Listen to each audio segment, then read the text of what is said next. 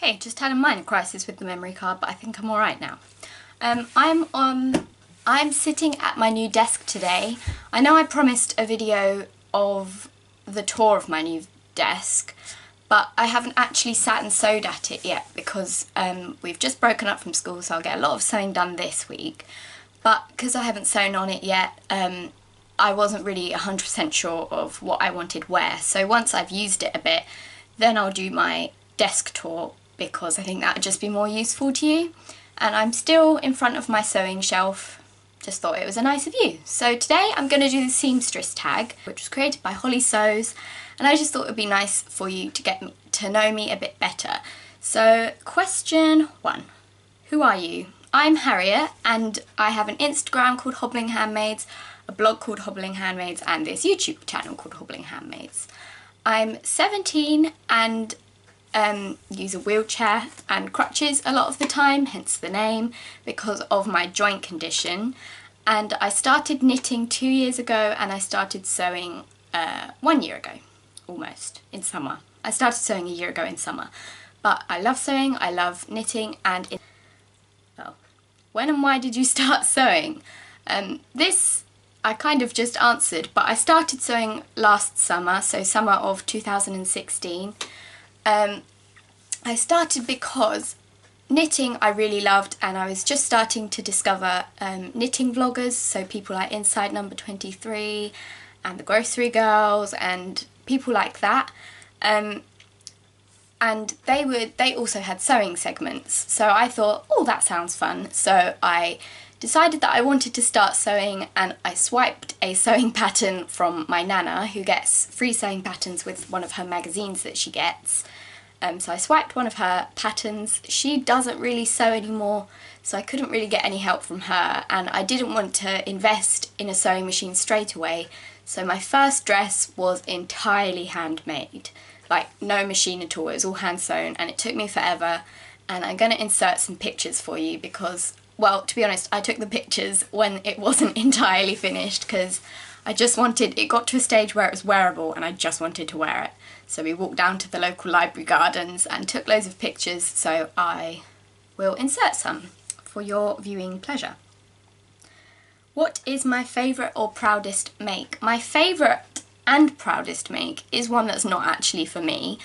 It was one that I made for my dad, and again I will insert a video clip here because I didn't have Magda when I made his shirt, so I couldn't really take any good pictures, and because I wanted it to be a surprise for Christmas, I didn't know his measurements, so it is a bit small for him, but I'm making him lose weight so that he can wear it. But it was the first time I'd made a shirt for a man, and my first shirt, which was this dinosaur shirt, I did using Tilly and the Buttons Rosa shirt or shirt just workshop, which I did actually order so that I could make my dad's shirt a bit easier.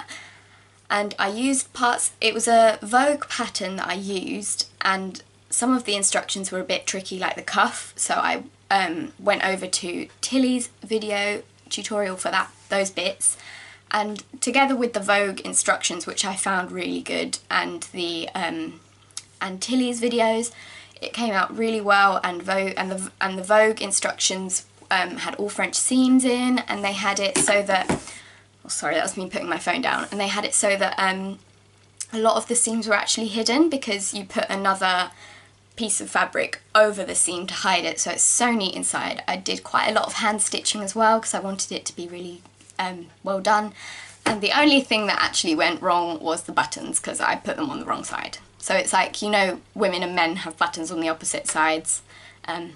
I did it on the woman's side, but it's fine, it's fine. Yeah, so he was really pleased and I was really pleased.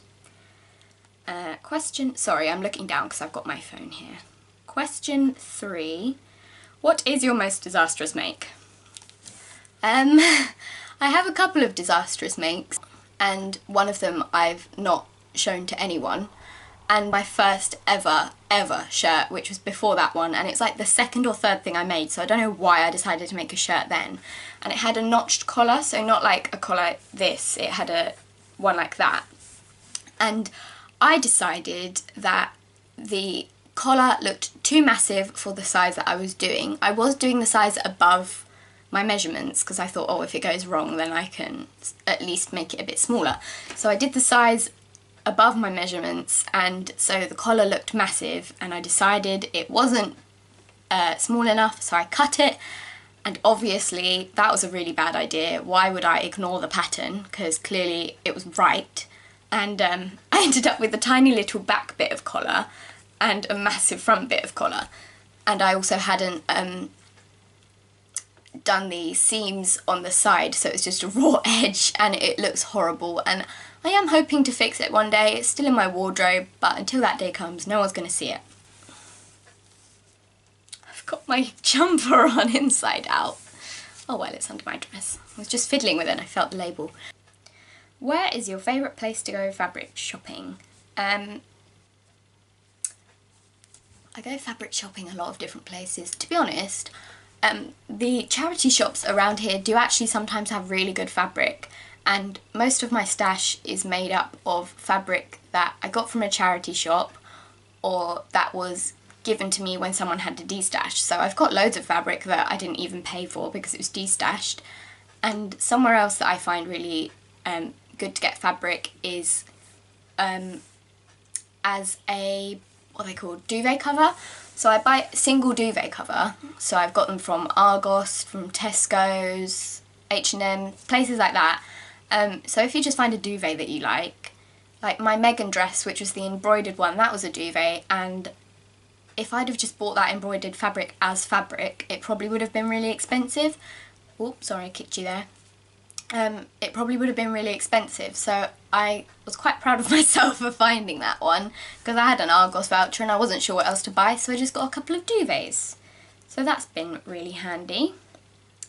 I also go fabric shopping at my local haberdashery, but it is quite expensive. And that's where I got my lace for my prom dress and the fabric for the dress that I wore to the charity dinner, which I have fondly named my bin bag fabric. What is your most used pattern? I will get my most used pattern for you. Okay, me again. So for what is my most used pattern, the answer is the Hollyburn skirt by Sewaholic patterns.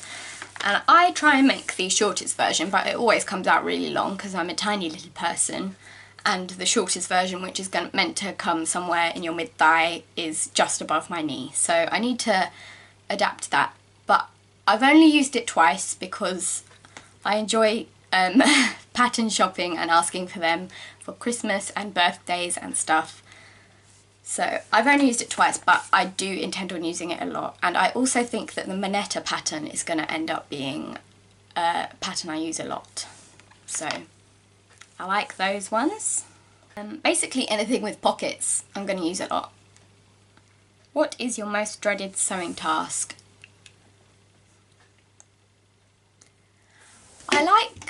There's nothing that I really hate, because obviously I love sewing, so I'm going to love every part of it, but there are bits that I enjoy slightly less.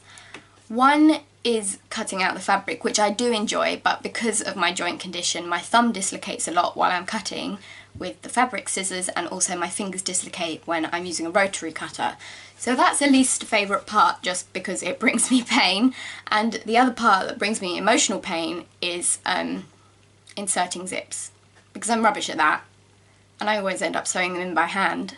The first time I successfully sewed in a concealed zip, I was so proud of myself, honestly. I was as proud as a horse giving birth. That was a weird analogy, but I was very proud of myself and I was all excited, and I told my mum and she didn't really care because she doesn't sew, so.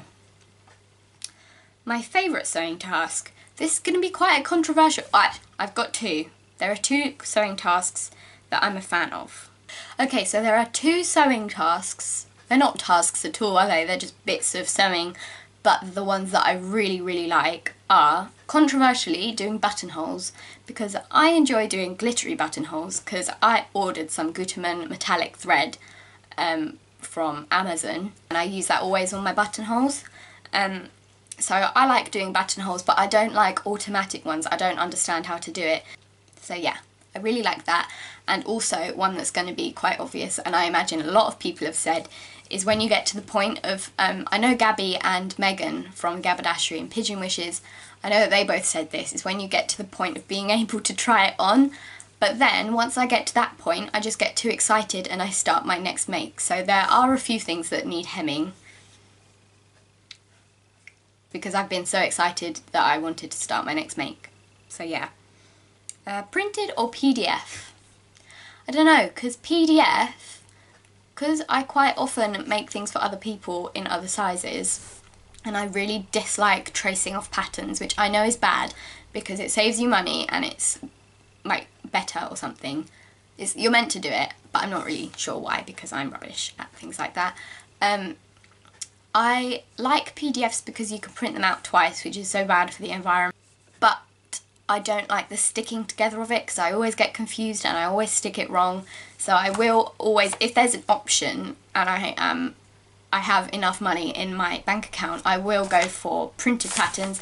And also because I just like how they look a bit better, because I put them on big envelopes, because I'm sure lots of people will realise that it's really hard to get a pattern back into the pattern pouch case, the pattern envelope thing.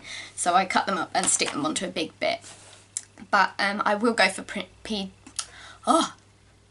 but most of the time, if I have the choice, I will go for a printed pattern, just because I think they're prettier. And even though they're really fragile, I do look after my patterns, and if I've cut them to my size, then tough, I'm just a selfish sewer like that. No one else can have it unless they're the same size as me.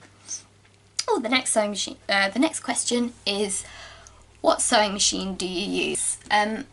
My main sewing machine, because basically I have been incredibly lucky and I haven't actually had to pay for either of my sewing machines. My first sewing machine, which is named Felicity, was a present from my aunt, and she was on sale, and she is I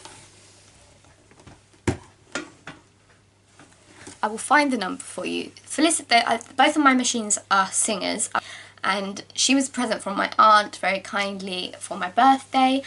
And this one, Rosa, because, you know, it just felt like this. Felicity is also known as Flicker, and Rosa, I just felt like that was the right name for her. So she is a Singer Starlet, and I really love her, and I was very lucky because I got her from, there's this thing that the government runs here called the Family Fund. So if you've got a disabled child or something, they're not able to get out as much as they like, or something like that, they consider you for a grant. And I said that I'd like a, this was before I knew I was getting Felicity, so we applied and said that I'd like a sewing machine. So I was lucky enough to get enough money from the government to buy this one. So very lucky of me, I know. And I cherish them and I look after them, and I always tell them how much I love them. Any other hobbies? I have loads of hobbies. Like, if you could see the rest of my room, it's such a tip because of the amount of hobbies I have. Sewing and knitting are probably my main hobbies.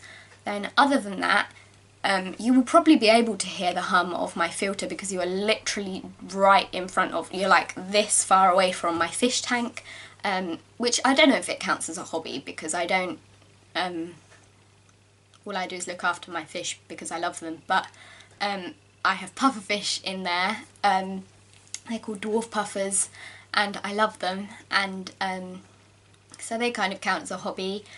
And also reading, because of the reading tally that I mentioned in my first video. I read every night before bed, so I take my sleeping tablets and then I read until I have to go to sleep.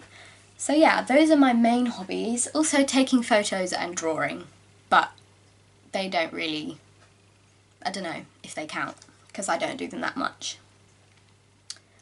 Oh, and that's the end of the questions, I believe. So yeah, I hope you enjoyed that. And I hope you like my new setup, and I promise that you will get a sewing tour of my new desk soon. I'll do it as soon as I can. Oh, I need to tell you, me and my mum have bought tickets to the Knitting and Stitching show, yay! Because I really want to go. It's just before my birthday, which is a shame because I wouldn't have my birthday money by then. So I'm just going to save until then. We've bought a 1-day ticket, but I think we're going to probably go on the Friday because I will probably be in my wheelchair and the weekend would be too busy for me. So I'm going to go on the Friday, and I really am hoping that I'll be able to see some lovely sewing vloggers, or Tilly or Lisa Comfort, and I know that's a bit of a pipe dream, but we can hope. If not, I'm going to buy loads of fabric anyway, as much fabric as I can afford, and I'm going to try and persuade my mum to buy me some fabric and put it away for my birthday, because my birthday's on the 20th of April, we're going on the 3rd of March, so I'd only have to wait a month, so I think I might just have to do that. I hope I can see lots of lovely sewing people, because no one around here seems to sew, so I'm really excited just to be kind of in real life surrounded by people that love to sew and knit. So yeah, next time I'm hoping to have one of those snazzy intro music things, you know, that people have. I really want one of those, but I don't know how to make one, so I'm going to try and recruit people, and I'm very excited for the half-term sewing fun that I will have. I've cleared my space. To be honest, I haven't really cleared it because it's all on my bed, but I've cleared my space, ready for sewing. I've cut out my manetta, I've cut out a shirt, and I'm very excited to start those. So I will see you next week, or maybe at some point during this week. Because I'm off, I might be able to get a couple more videos out. But either way, I'll see you soon, and I hope you have a lovely weekend, or week, or evening, or whenever you're watching this. And please subscribe and like and comment, and follow me on Instagram, and follow my blog. Lots of self-promo going on here. I'll put loads of links below. Follow what you want. It's up to you. Do what you want. Yeah. I hope this lighting's okay. I've also put studio lights on my birthday list because I take a lot of blog photos, and they're always in rubbish lighting because we live in... Look, let me show you the weather today. Oh, this is going to be exciting. You're going to be freed. Yeah, this is the weather today. Look how lovely it is. This is my desk right in front of my big window. I'm not going to show you too much of my room because it's very messy. And look, this is where you were. Can you see? Just in front of my fish tank. Yeah. So yeah, I will see you soon, and I'll give you another tour, and I'm going to move you away because that's really messy. So yeah, see you soon. Bye!